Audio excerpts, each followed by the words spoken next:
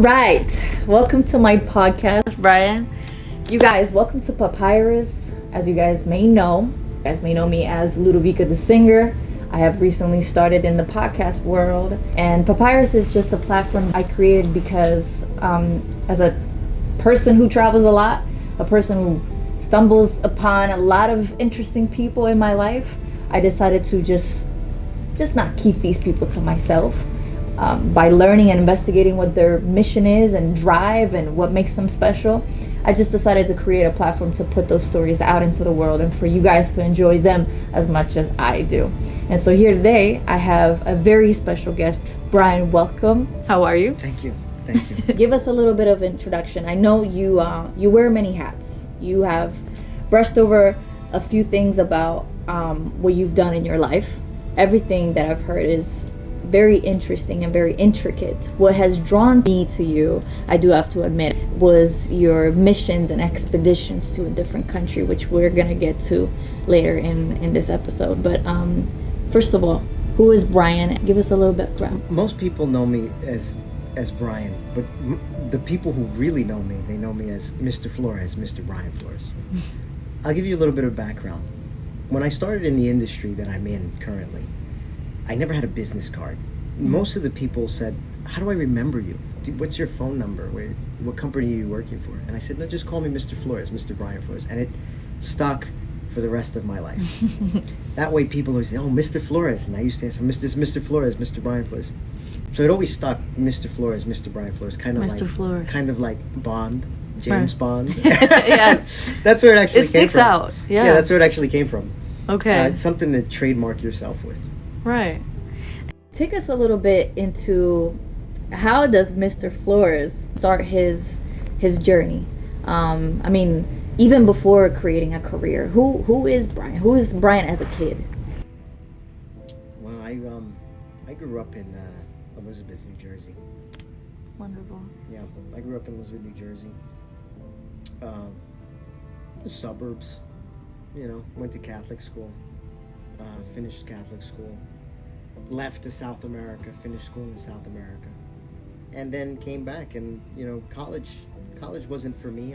I wasn't as focused in college growing up and after high school, but I did do college. I finished college in Afghanistan. I was actually in Afghanistan 11, 12, and 13. I remember studying, taking online courses, and finishing my associate's degree right from Kandahar.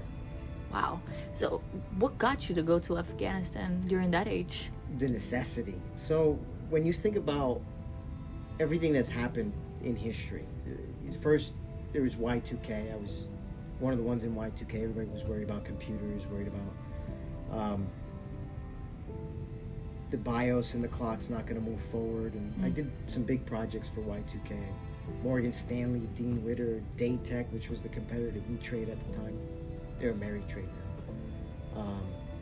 Lucent Technologies, just really going from place to place in the computer industry, in the technology industry. And right from there, that was the first. A lot of people lost a lot of money in the stock market. I lost money with Lucent stock. Then fast forward to 2008, and you had the housing crisis. And I remember just really working. I had bought a house, fixing up a house, and just really seeing what's going on in the economy and massive layoffs from one company to the next. Cisco, 4,000 people, IBM, 2,000 people. And I got a phone call in the morning from an associate at work, said, do you know what's going on? They're here in the office today. And sure enough, about an hour later, I got a phone call. You're laid off. And I think that's when I made the decision to just really go out on my own and own my own business.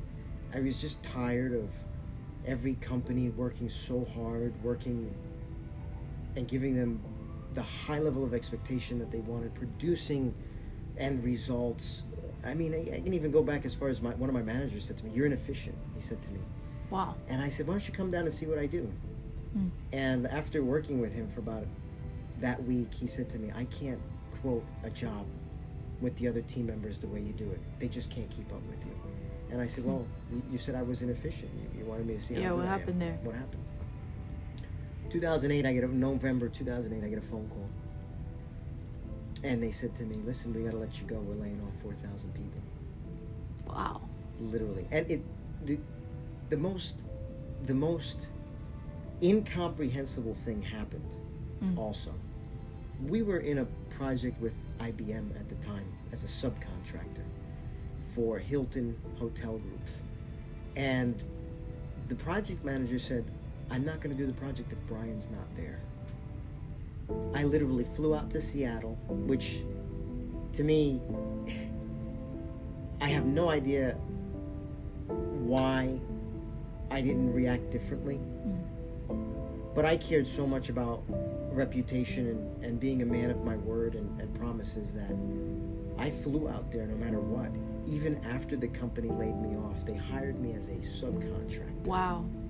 And I went out there to finish the job for them and then came home. Okay, little segue. Brian in 2024, how would he have received the situation and acted accordingly? The same way. I'm still a man of my word. Okay. Still a man that pulls through. Still a man that on a handshake still is a handshake. Right. I mean, you're upset, you lose your job, you work so hard for a company, and being older now and realizing a company still has to succeed. They're doing what's in their best interest. They don't really know who the high performer is inside of a company, right? You're just bigger companies. You're just a number.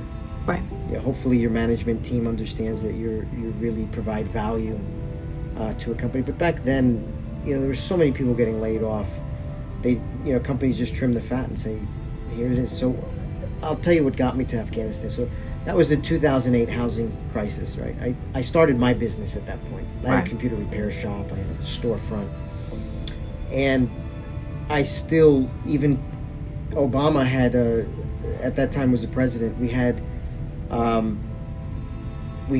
lot of unemployment at the time, which was good because it was helping while I was looking for a job, starting my own business, sending out resumes. I was even opted to take some training through Pennsylvania. I was in Pennsylvania at the time.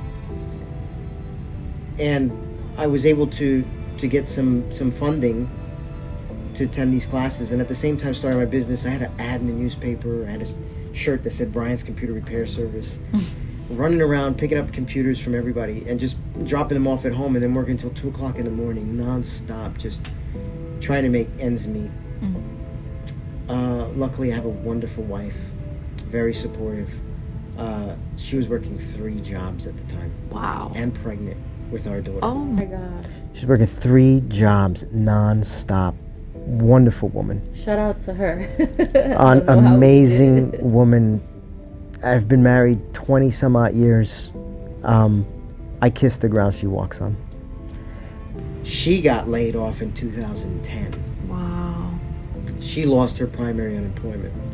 She was working in New Jersey at the time, pregnant up until the last day, gave birth to our daughter, and her boss says, you're just not going to be needed back here. That was devastating. Completely devastating. I had no choice but to seek employment. I was living in my grandmother's house in the basement on a cot, just picking up any job in New Jersey, in data centers and running cables, running my own business on the weekends, the computer repair shop till 2 o'clock in the morning. And luckily she was on unemployment, taking care of our daughter, looking for another job. And at one point I got to the point where, the bills were really stacking up, and I turned around and I said, I got to do something or we're not going to make it. We're not going to be able to keep this house. And I remember in the data center in New Jersey, I was in a contract, I was looking for jobs. I said, you know what? I know about VSAT and I know about satellite. I'm gonna put in for these jobs in Afghanistan, and I did. And sure enough, they called me. I'll never forget the conversation either. What was it like? I was at the office on during some time off from contracting in New Jersey. I was for my own business. I'll never forget his name, Arnie Harris. Arnie's a godsend to me. He's a older Jewish gentleman. He's very, very sick now. Taught me a lot about business and fiber optics. And I was at his office changing out all his computers. And I got the phone call for the interview about going to Afghanistan. And I'll never forget what I said to them on the phone. I said to them, I don't have any time to play games. I got my passport in my hand and my bags are packed. When am I leaving? That's all I remember telling them. Wow. I said, they interviewed me. They knew I knew about technology, about VSAT. They knew I was at Naval Air Station Sigonella, Army Garrison, Wiesbaden, doing some subcontracting work. And that was a year prior. I had a project in Europe. They called me and they said, are you ready to go? And I'll never forget, they called me up until the last minute, even at the airport. You're not going to back out. You're going to go. And wow. It was pure necessity that drove me to Afghanistan. Pure necessity. So you get there. What is it like? Is it what you've envisioned? Is it completely different? So I remember growing up and watching war movies with my father. Right. Hamburger Hill, Platoon, Full Metal Jacket, Apocalypse Now, and I remember watching all these war movies where I'm saying, man, I'd love to know what it's like to be in a war, to go to a war zone. You actually was thinking that. My whole life. And you watch these movies and you say, what is it really like? And when you get there and you really do realize what it's like, people do die. People die. Rockets are real. Gunfire is real. Just not staged, y'all. It's not staged. Wow. I have a notebook that I wrote down when I got there every rocket attack that would come in, the date and time. So the alarm goes off, everybody gets down on the ground, you wait for the rockets to pass. Right. This was Kandahar. I was in CAF. After about 100 rocket attacks, I stopped writing down the date and time. I got so used to them. If the ground didn't shake, I wouldn't get on the ground. Wow. It was, you just become numb. It's just second nature. It's just second nature. The one that I'll never forget, the one that I will never, ever forget, I was sleeping, it was 3 o'clock in the afternoon, and I was in a dead sleep, and the rocket came in and hit the side of a T-wall, and we had sandbags. And the alarm goes off, and the ground shook, and shrapnel, and I'm looking at this, and I'm saying to myself, oh my God, it went through the chew. And I'm saying, hey, that was close. And I open a door, and everybody's screaming, get to the bunker, this is for real, get to the bunker. Wow. And there's 100% accountability. So after the rocket attack, 100% accountability. They all call you into the office. You walk inside, and you just see the face of fear on everyone. You literally can see the face of fear. They don't know what's going to happen. They don't know what's going to happen. They don't understand why they're there. The next day, there's a line outside. And that line is usually for people who, it's time to go home. It's time for them to leave, descope, defob. I can't remember the right terminology. But their contract's up, and they're going home. And I'll never forget when I walked inside. I had a conversation with someone. I walked inside, and I walk inside to the office, and I see all the people going home, and I'm walking back into the office to go do my job. I was a security guy there, Right. also cybersecurity. I'm not going to name names, but he was sitting across the room on the other side. He looks at me and he says, hey, Brian. I said, yeah, what's going on? He says, you see all those people that are outside in line going home? I said, yeah. He says, you know, those people are normal. He says to me, you and me, we're crazy. Because we just stayed there to keep working. Your contract should have been up? No, it wasn't up. Point? No, it wasn't up. I stayed for 11, 12, and 13. Came home at the end, close to the end of 13. Wow. Yeah. I'll be honest with you. It was hard. It was tough, but it makes you a stronger person.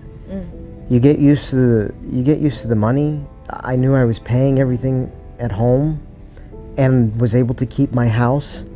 And I came back and I said, well, it's time for me to come home now, right? Right. When I left, my daughter she was born in December 10. I left, she must have been like 9 months old, I think, when I left. When I came back, she was like 3. I remember I couldn't hold her. She would cry. She didn't know who I was. Wow. Talk about how she's not used to She wasn't used to it. you anymore. How long did it take? It took some time. I was home. But the same thing. We were in a neighborhood in Pennsylvania. We lived in Pennsylvania that just didn't have work. And everywhere I went, no matter how good I was, it was always a difficulty, right? Until I found another company to work for. I still owned my business at that time. Bills got paid off, but it's difficult to move to a location in America that is for retirement or people growing up, and you're not really ingrained in there. That definitely is. It intrigued me how your perspective. You knew where you were getting yourself into. I think that I sensed from the beginning once you were starting to tell the story. There's a sense of like preparedness within you, that you could literally be planted anywhere around the world and you would flourish. You would find the opportunity yourself. You know, Afghanistan, I feel like it was just one country that you could have. Yeah, I've lived in Italy. Right. Okay. I lived in Sicily for a while. How was that? It's amazing. The world is beautiful. I've had the opportunity to live in other countries. I've had the opportunity to work in other countries. And to be honest with you, I mean, even Europe is amazing. Europe is totally amazing. Thank you for saying that. A lot of people bash Europe. No, I mean, I lived in Sicily, and I got to see everything in Sicily and work there. The work ethic is different in America than other countries, right? We are. So I was in France. Well, it all depends on the person. Let's bring it back a little bit. If a person is hardworking, and they will be hardworking, no matter where they go, they will be a hardworking person. Right. If a person is not hardworking and they're used to living a different lifestyle, it will affect them.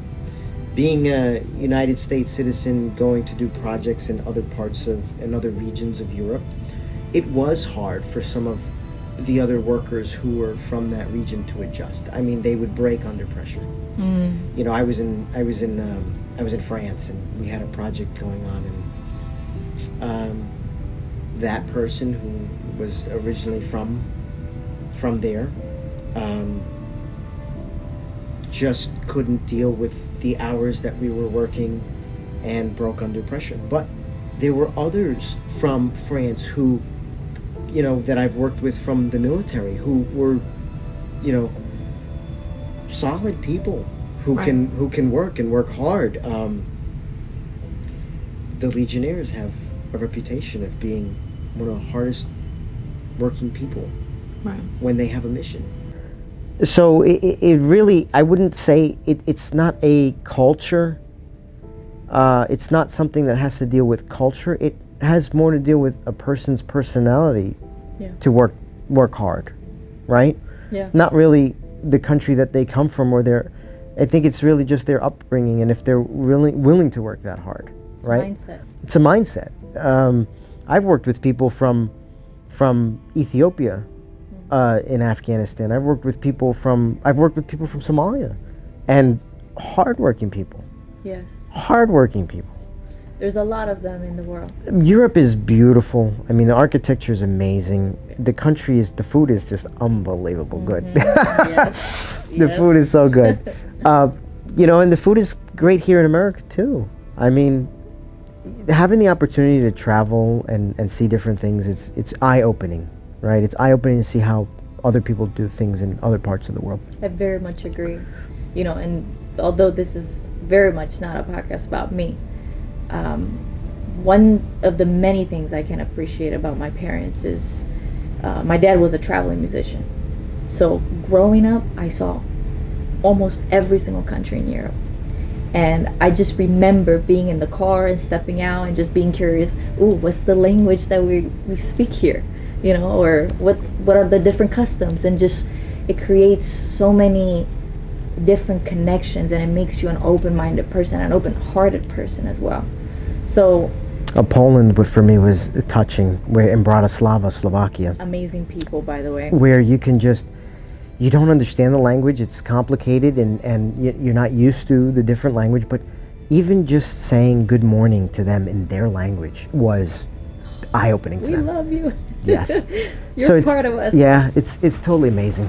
So, going through your fields of expertise and your travel bugs, right? Where did you find yourself back to? South America. So I did some projects for some companies. I was in Buenos Aires, Argentina, Mexico City, Costa Rica. It's been a few years since I've been back there. But amazing place. Costa Rica's a beautiful country too. I believe it. Costa Rica's beautiful. We've only seen it online. Mexico City, I love Mexico City. Mexico City is just an amazing place, especially around Dia de los Muertos and Pan de Muerto when you're there in the country, El Zócalo. I've been there several times on business. I've even got to see the pyramids of Teotihuacan and the Moon Pyramid and the Sun Pyramid. The original sunstone, the Aztec calendar, where the Teotihuacan, that they said the world was going to end in 2012. Yeah. I have actually the calendar from there. Wow, that's amazing. A recreation of the calendar made of wood. Yeah. But South America is just completely amazing. Amazing place to be. Where could the connection between starting something in a country such as Dominican Republic, right, for a kid from Jersey, what led you there? So, I'm not Dominican. I was not born in Dominican Republic. I have no family that's Dominican. I actually had a cousin. Let's rephrase that. I have a family member, second or third cousin, who was married to a man who was from Dominican Republic. But I remember him very briefly. He died from Lou Gehrig's. I remember seeing him in the hospital, shaking in his last days. I remember him coming over to my grandmother's house, changing the light bulb or changing a fixture. He always knew how to do something. And that was the only person who I knew who was Dominican. So when I first got to Dominican Republic, it was on vacation with my friends back in maybe 1998, 99. Then I went back in 2000. Then I went back in 2003 and 2004. 2003 and 2004 is where I really, really admired the country. It was just amazing to see not the tourist place, but to see the actual country for what it is. You saw people in tin shacks, cement walls made of adobe, mud, cement, with some wooden sticks and barbed wire to hold up the walls. You know, you had metal roofs and just living like with the bare minimum. Yeah. And out in the country, and they enjoyed their life. I'll never forget what really affected me. It was one year I was there, and I was out in the country, and we were just enjoying, just living with the people in the local communities out in the country. And they would cook for us, and I would see them take the chicken, defeather the chicken. Going through the whole process. Going through the whole process, a live chicken, and I was there just looking at the whole process and watching them. I was just so intrigued by it. I was there one night, and I'll never forget that one night. It was 2004, and I was sitting outside by the taxi driver, and I said to myself, man, I'd really like to help this family. This was 2004. I left in 2004. I was working with a gentleman there who was very smart, very educated, older gentleman. very wise man. And when I left in 2004, my life just took off. I was traveling everywhere, doing a lot of different things. I started a store. I went to Afghanistan. All throughout my travels, I always remembered this man. I was just always on my mind. I want to go back to see him. I want to go back to see this man. And I never got a chance to go back to see him. And I remember him my whole life through all my travels, everywhere I went. Finally, something happened in 2018. And I was in North Carolina at the time, and I came home. I tried selling my house. I couldn't sell my house. I tried elevating my career and studying more. They wouldn't let me elevate my career. There was kind of stay in your lane kind of job. And I said, I think it's time for me to leave here. And I put $10,000 down on a home in North Carolina. Couldn't sell my house, lost $10,000. It was really just one of those hurdles to get over, these big challenges in life. Looking for a job in 2018, couldn't find a job. Went out to Amazon. Amazon interviewed me in Seattle. Didn't fall through. Then I remember coming up to Boston, and working for a consulting company, big consulting company up here. But in that time frame, something led me to I need to find this guy. I need to see where he's at. I need to see how he's doing. And this is since 2004 that you're just on and on remembering and on, thinking man. About Dominican Republic and this man in Dominican Republic. Wow. Finally, I got there in February 2018. To my surprise, I didn't know how I got there. I was robbed, blind, by the taxi driver. $1,000 a day. I must have came back with like $15,000 worth of debt.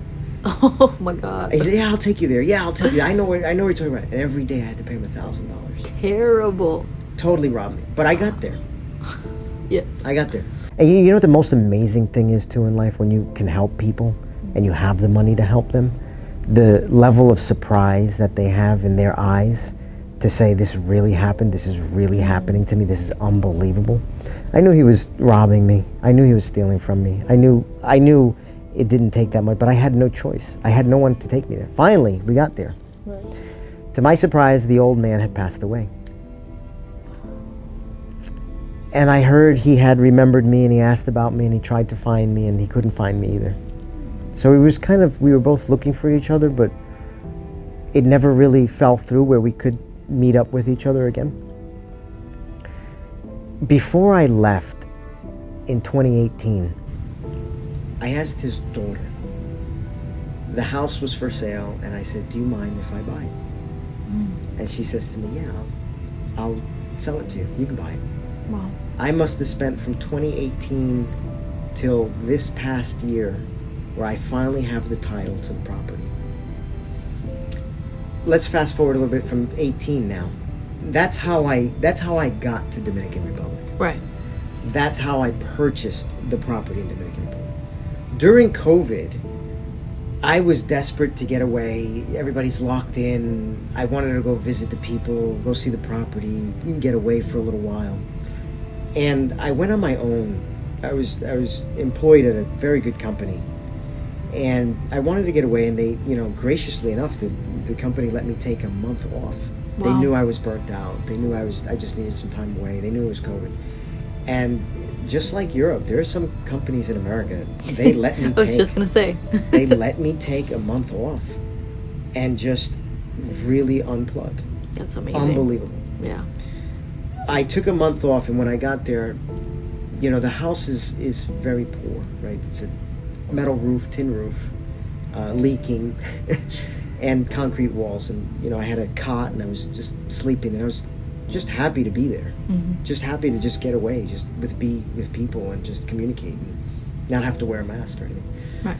And I was there, and the community didn't have any water.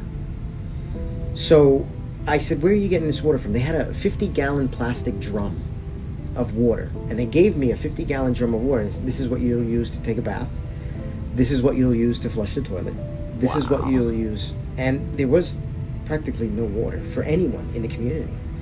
So they were servicing these jars, you could call them? Just big containers, 50-gallon drums. For each. water. Everyone for had the in their community. house, everyone had like a, what they call a tanque, a tank, right? A 50-gallon tank, and some had more than others. And every once in a while, there was a repository of water somewhere further up the mountain. Wow. And they would let the water come down every 2 days, 3 days, right? But it's just by the time it gets to the last person in line, it's a little trickle of water. Yeah. There's just no water. Wow. So I was so happy that I'm out there enjoying this, and I said to myself, man, I don't understand how we're in America and we have all these resources, how we have an abundance of water everywhere, how we have even Europe, and when you go to Europe and Italy, there's spouts of spigots of just pure water just coming out on the streets. I did grow up taking, bath water. Yeah. With those containers Yeah. that you just, and they're cold. But Yes. that's besides the point. But yes, there is hot water now. And So- plenty of it. So I was so thankful that I have a little spiritual center there where I pray. And I sat at the door, or I stood up at the door, with my hands up. And I said, praying, I said, help me help these people.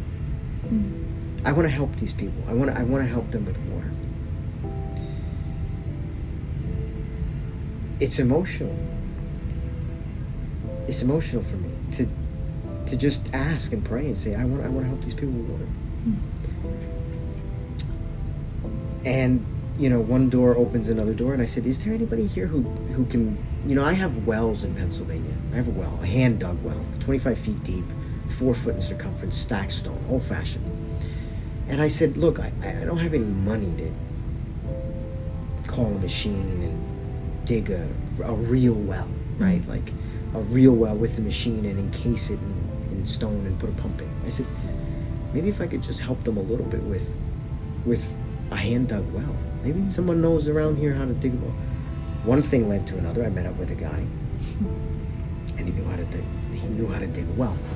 Before I got to the well, though, I had to call someone to find where the water was. I said, there's got to be water in this property somewhere. Right. Well, one thing led to another, talking to the community, and they brought someone over who came with a whip and the rods, and they found water. And I said, how are you going to find water like this? That is insane. But they found the water. They marked out 3 wells for me on the property. And each one had a different rating of water, like how many gallons you can take of water from the land before it replenishes itself, right? I was gracious enough to say, look, I'm not a greedy person. Right. Let's start with the smallest one, the one that produces the least amount of water. It was close to the little spiritual center, and I said, let's do it here. And by hand, we dug a well. How deep? So we dug about 35 feet first, and we hit water. I'll never forget going down with my wife. They were sending me videos. They started, digging and by hand with a shovel, with a bucket and with just a pulley, and they're pulling up the bucket from the bottom, and the guy's inside the well, and I took video of all this, and he's inside the well, and he's pulling out, and he's just taking out all the dirt. Finally, the most emotional day was when I get the video that they showed me they hit water. That was amazing. I said, thank you, God. Unbelievable. So they continue to dig, and they didn't have a pipe, and I said, well, you're there. There's water there. That year, towards the end of the year, I went down with my wife. I shipped a pump. I shipped a generator. I shipped tubing, all from the United States, out of my own money. I built a rope with my wife and my kids in a garage and tied knots like one of those old-fashioned ropes you climb up. Yeah. I threw the rope down myself, and I lowered the first pump into the well myself. Wow. I lowered the first pump into the well, and we're pumping out water. It's the most greatest feeling in the world when you see that people can have water. Yeah. Unbelievable. What is the response of the community? Obviously, this So, is such a It's plain and simple question. So that was the first year. Yeah, Let's fast forward to where we are today. right. After that, the well, this year I went back. So the pump went bad and broke down. They were afraid of theft. They were afraid to leaving the pump inside the well. They didn't want to leave the pump inside because they were afraid. So every day they would lower the pump and they would pump out water. Eventually the pump went bad. It didn't work. I went down there the year after and I said, okay, this has to be fixed the right way. You can't do this. The well ran dry. I called back the guy, said, go, keep digging further. He dug further. We reached 44 feet. I had asked him, please stone the well for me. He says, no, it's going to be okay. Uh-oh. Uh-oh is right. So there's challenges in some of the things that I've done, but we've overcome them. Eventually, it was 44 feet deep, 45 feet deep when we measured it. I bought a pump over there. I connected the pump, and let me tell you a little story about this. On the last day I was there, I had called an electrician to come and run in a 220 line for me. He ran 220 wire from the transformer. I got shocked on the last day I was there. Wow. 220. My hand, I was on the metal roof fixing the piping and the plumbing because I was leaving the next day on an airplane, and I was rushing to get this done. We had put a new pump in the well. We had tied it up to a hose, a 2-inch, and everything was working great. I got shocked. I've never seen white light run through me. Oh my God. Like it, and it don't white. And the first thing I say in my mind is, suelta, suelta, suelta, let go, let go, let go, let go, let go. And I let go. And I thought someone pushed me. And the next thing I feel is I felt someone catch me. Oh my gosh. The people that were there with me said, your face totally turned red and then you turned paper white. And I said, I thought one of you guys pushed me off the electricity and caught me. And they said to me, nobody pushed you, nobody caught you. You fell by yourself. I'm going to tell you. How powerful that was. I'm going to tell you something. I'm lucky to be alive. Yes. I got up and I was screaming, I'm alive, I'm alive, I'm alive. Estoy vivo, estoy vivo. And I kept working to finish putting in the electricity for the people to have water. I said to them before I left that year, I said to them, when I leave, do me a favor and tie this into the city water line. And they did. They tied it in and it was continually in water. The next year rolls around. This was last year then now. And the well caved in at the bottom, 19, about 13 feet, 19 feet. So there's 28 feet of water to the bottom. There's 22 feet of water, 28 in total. But then now the pump is buried underground. Oh my gosh. And, you know, we're feeding the community water. Trucks are coming by to fill up with water and bringing it to other communities. I went down with my oldest son to show him the humanitarian effort we're doing. He was totally taken back when he was in the truck and we're going to bring water to these other communities. To the people. And I'm like, this is exactly what I wanted. This is exactly what I wanted to see. To be able to help people in other communities, not even in our own, that are coming to get water. But the pump caved in. But it was still pumping water. It's a miracle. It's still pumping water. It has to be the prayers and the healing sensor. So it's Let me tell you. Unbelievable. Yeah. Finally, this year, I got upset. I spent 3 months down there. This year. So 2023, 2024. December, January, February. You might have March. just come back when I met you then. I just came back. Yeah. When you met me. I was so upset that the other well, the hand-dug well, caved in. That I wasn't going to give up. I called a company to come and drill me a machine-dug well.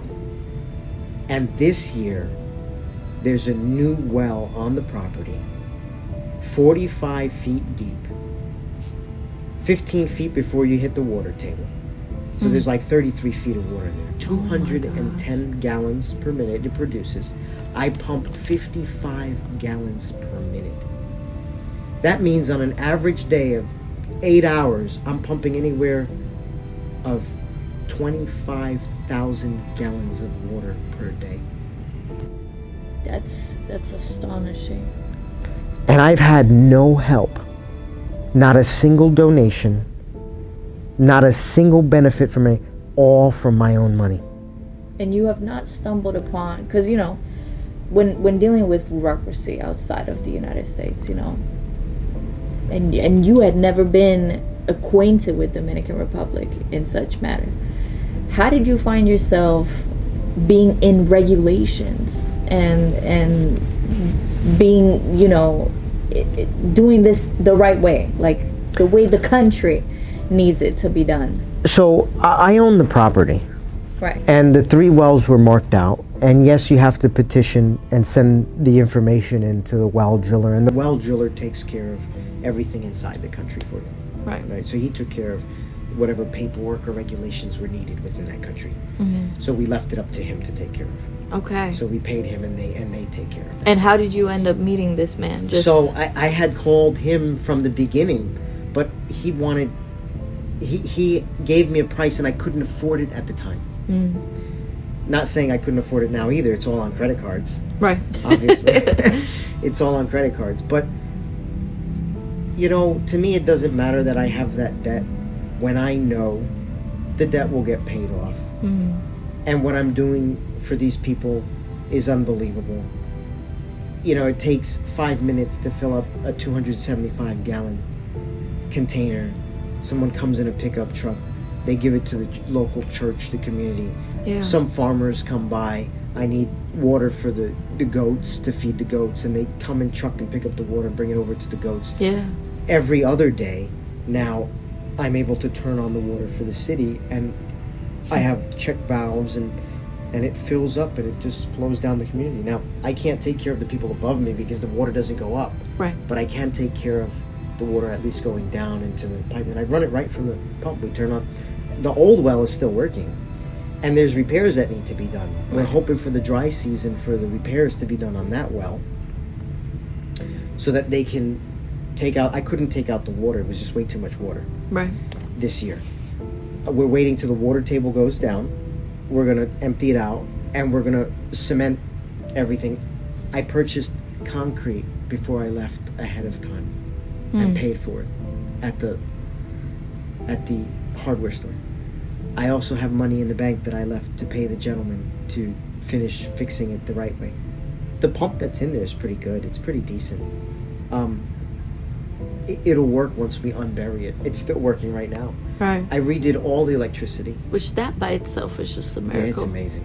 Yeah. I redid all the electricity. That is insane. And hooked it up with a generator so that even if the power goes out, they can pull over a generator and plug it in, and the pump will still run. I'm hoping to do solar panels next, maybe. I'm working with RPS Solar Pump. They're one of the bigger companies in the United States. They've given me some quotes, and hopefully, you know, I can afford that later on. Right now, where we're at with the effort, the humanitarian effort that I'm doing in Dominican Republic, is I'm going through the nonprofit organization right now, registering the nonprofit for this humanitarian effort. That paperwork has gone through.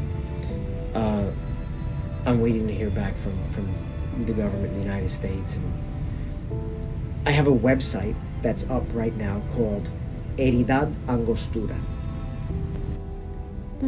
Interesting. What does that mean? .org. So, heridad, the word heridad, hereder, means to inherit.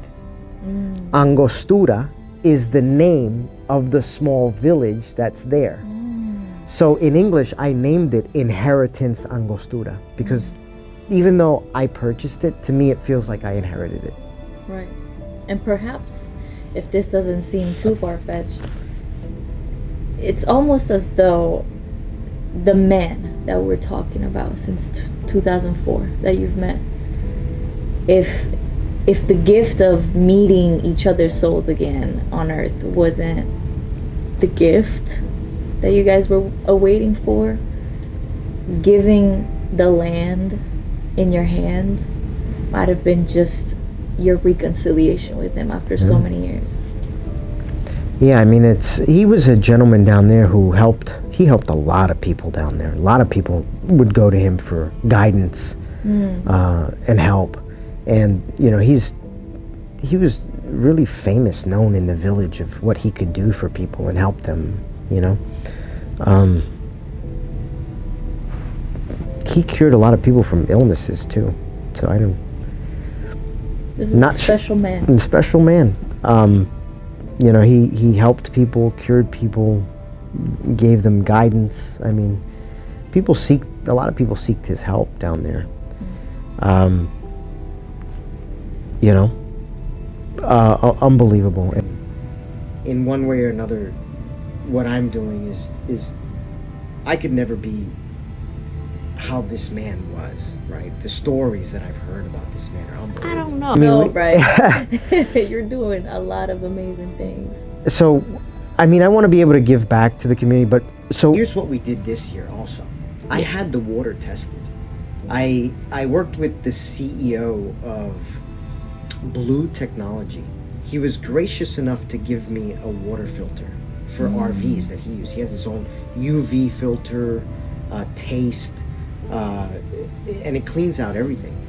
So even though I was in the process of doing the new well, we took the water from the old well, and I called Alto Dominicana Petroleum Company. I had to pay double, and I paid that out of my pocket too. Oh my goodness. I paid to have the water tested, and it came back, and the water quality is good. There's some filtration that needs to happen. Right. There's a little bit we need to ozone the water. Okay. So I've been recently working with these companies to determine how do we give the community clean, drinkable water, potable water. Yes. So we have almost everything designed out to be able to produce clean, drinkable water for the people. So my goal is to give them clean drinking water now. Yes. Now they have water, and we're feeding them water, but I know they're afraid to drink it. Now I drank it myself. It's good to drink. I drank it, and I was the test. Okay. I went to the doctor afterwards to see if I had anything. So I had amoeba.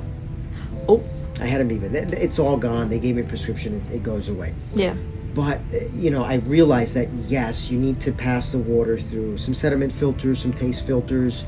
The results that came back from the lab were completely good. They said the last thing I need to do is ozone the water. So UV, sediment, taste, and ozone will solve all the problems so that the water is drinkable.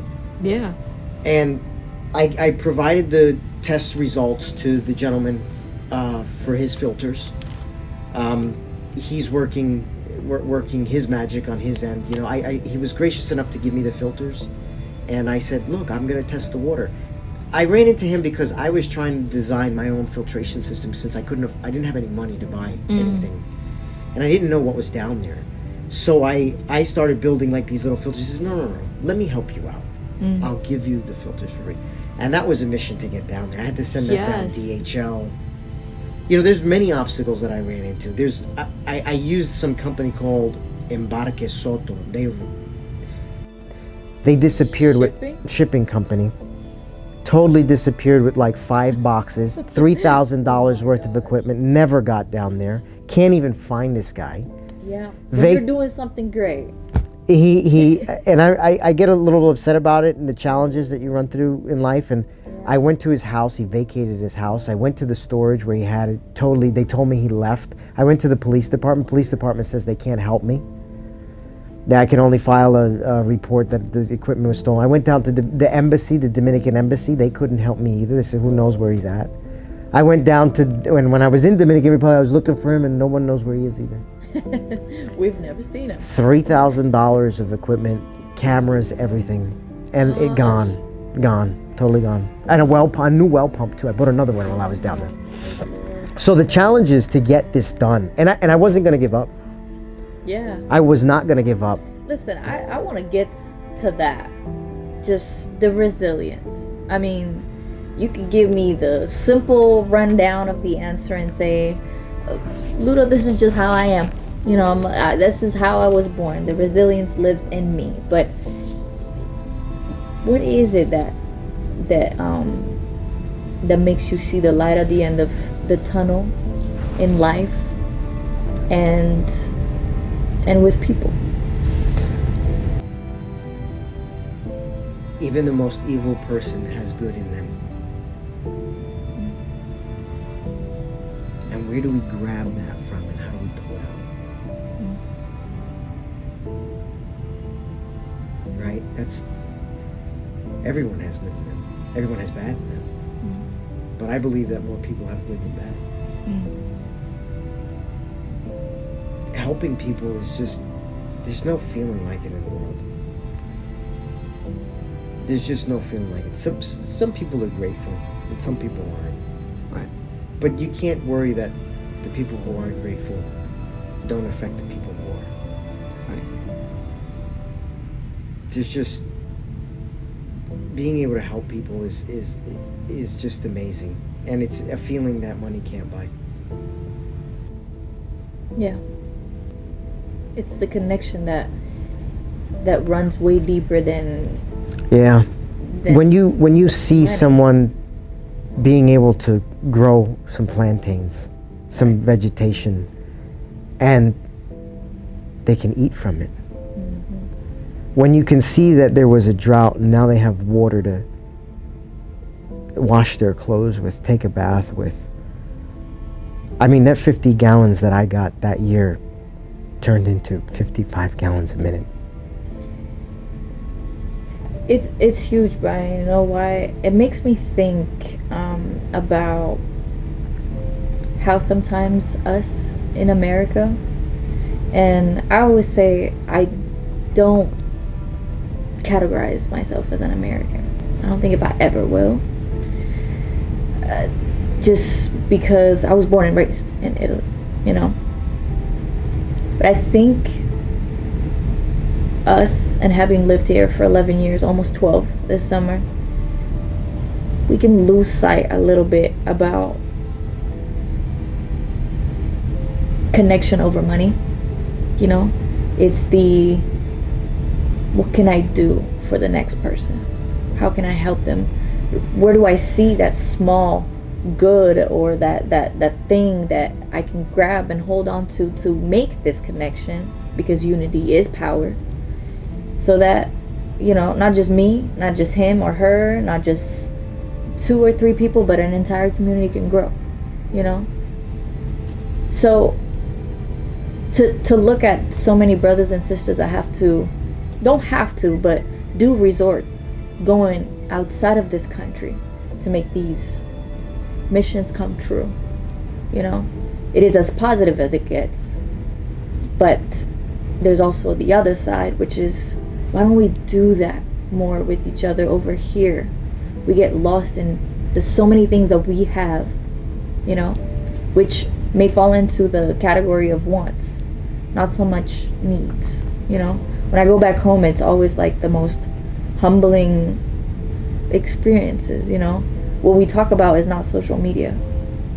I see my grandma knocking on a neighbor's door asking for sugar, asking for flour, and there's like this sense of trade, of Community. value and community, and oh yeah, I can give you this, I can provide you this, and then the next time you return the favor, and it always seems to like come back 10, 20, 30, 100 fold, because there is this sense of community, you know. And I think that is the thing that drew me so into what you do, because it is so rare to cross paths with somebody that is not just talking about building a community, but is actively doing that in every shape and way possible, you know. I commend you for that, really. Like, it's huge for me to know that. Before we close out, I kind of just want to give you the floor to just be open in regards to if you want to share something outside of what we talked about today. You know, I'm really hoping that the plan for the communities to, at the end of the day, to give them drinkable water, clean drinkable water, mineral water, and doing all the tests with the companies and the filters, but I can't do it on my own anymore. I need help at this point, right? I'm driving myself into debt to do this. That's why I started the nonprofit. You know, hopefully someone out there, somewhere, anywhere, has the heart to say, look, I'm not lying. I have video. I got in the well myself. I myself saw the prototype bottle. So that's the next step. The next Yes. step is I have a bottle of water that I'm designing from, and they've shipped me the prototype. That is specifically to be able to filter the water. I'm sorry. Once I have all the filtration systems set up, to bottle the water. That water will be sold. Not in mass quantity, obviously, I can't do that. But, you know, some of those bottles will be able to be sold to hotels in resorts Amazing. in Dominican Republic. To be able to make a profit, to be able to keep the humanitarian effort going. That's my goal, right? To be able to sell this water where people have the story of, you know, where the water came from, the effort to make the water, the community it serves, and knowing that the money will go back and reinvested into continuing to give that community water. That's beautiful. That's the end goal. That's what I'm hoping for. You know, that's really what I'd like to see. At the end of the day is really just, you know, not everybody drinks alcohol. Right.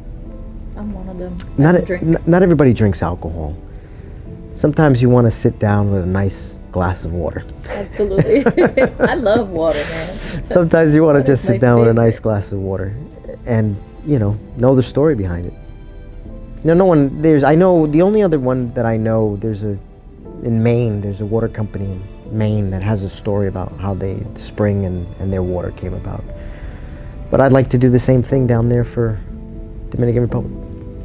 I'd like for you to plug in these businesses or websites or social media, wherever they can find you. Sure. Yeah. It's heredadangostura.org, and there's a coming soon page on there right now.